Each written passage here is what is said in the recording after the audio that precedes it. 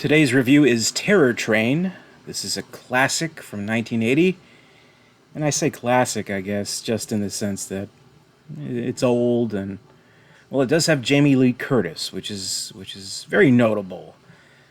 But maybe, I don't know, maybe it wouldn't be as memorable if it hadn't been released within that Scream Queen era of Jamie Lee Curtis's career. But who knows? I mean, maybe a little bit. It's an interesting question to bring up. But it's obviously it's notable for having Jamie Lee Curtis kind of hot off the success of Halloween. This came out around the same time as Prom Night, so it's within that earlier era of Halloween, Prom Night, and of course Terror Train here.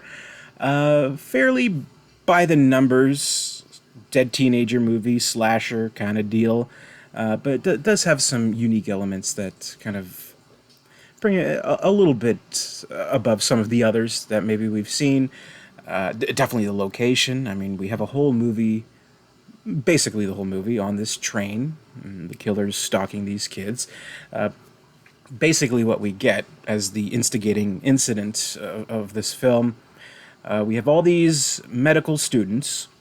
They're all a bunch of assholes, always drinking, partying, playing pranks, and they're very mean pranks in this case. And one of these students, who's actually Hart Bochner, Ellis from Die Hard, he finds this cadaver of this lady who's like really really messed up, and he hides it in the bedroom.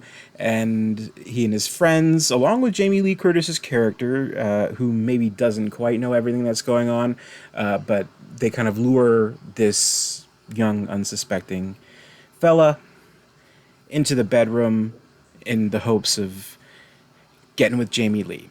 And then he finds on the bed the disgusting, horrifying corpse, goes nuts. Turns out he goes to the hospital, mental issues, all that.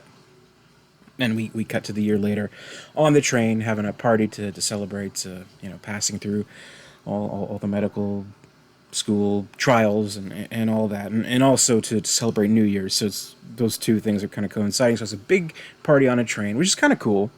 Like, I think that's kind of a cool idea for a party. Just have this entire train kind of rented out, and in addition to all that, though it's not Halloween, it's a costume party too. So we have everyone in their costumes, having a good time, drinking, hooking up, and of course, getting killed. And it's not, I don't suppose it's much of a mystery that it is this character from the beginning. This is Kenny Hampson, who's the poor young victim of this horrible prank, who I guess just went twisted. There's a little bit of backstory there where Jamie Lee's character had tried to visit him in the hospital. She was warned that he had killed somebody, possibly by accident. We don't really know. But here he's killing people very much on purpose.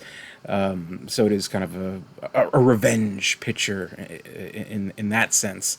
And like it's not really a big mystery or anything like that. I think as the audience, we are supposed to sort of suspect that it's him right from the get-go. And they figure it out like 3/4 into the movie, like, hey, wait a minute, that kid we really messed up, I think that's him. And yeah, killing these kids off one by one. Also, what makes it a little bit different is that we have the killer in a mask. Well, sort of. Like, what makes it a little bit different is that in order to kind of make his way through and go undetected and elude everybody, this killer is always changing costumes. Where maybe the more memorable one, and the one you'll probably see on all the covers and the posters and stuff, is that Groucho Marx mask.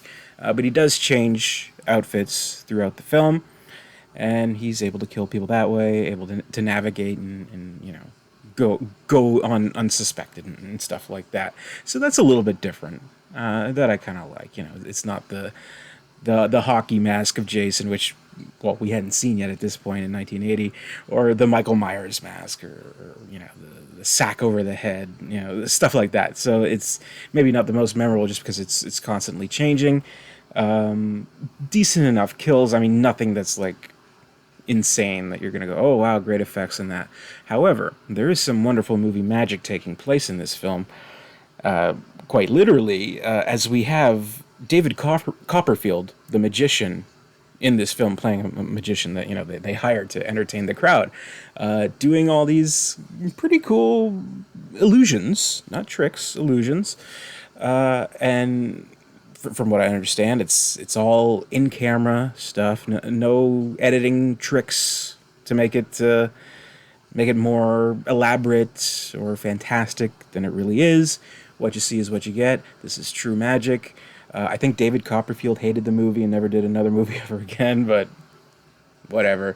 It's kind of cool to see him in this movie, and that's pretty much what separates it from the rest. So you got some interesting stuff. I mean, I'm sure 99% of the people going to see this at the time, renting it at the time, revisiting it today, is because of Jamie Lee Curtis, and it's rightly so. It's a really cool era that she did have, the Scream Queen era, and she rightfully holds that distinction, rightfully has that crown on her head. She has just really cinema's greatest scream, and she does bellow out some doozies in this one, and it's very good, and I like it quite a bit. And there's a good standoff against the killer at the end, and all that. And there's, I mean, I guess some stuff you can kind of take out of it about, of course, bullying, and there's the elements here that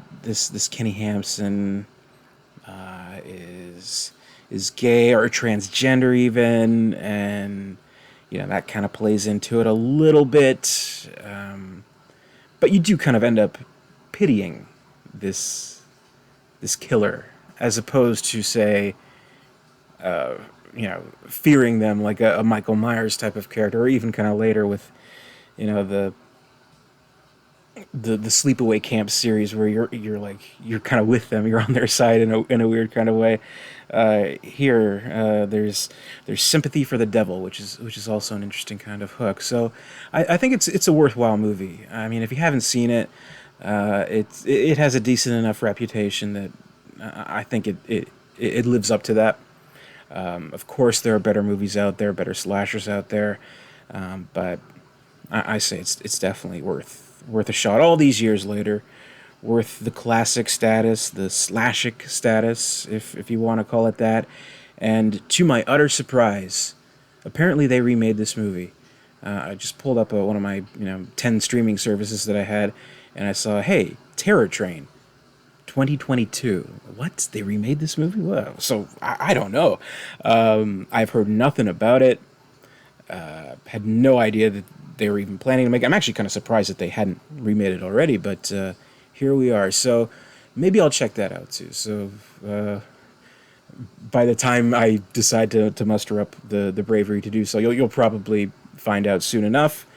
But maybe I won't. Maybe I'll avoid it. But I don't know. I'm kind of interested. I'm kind of interested to see what they do. So we'll see with that. But as it stands, the 1980 version, it's a decent movie. It's a decent slasher flick.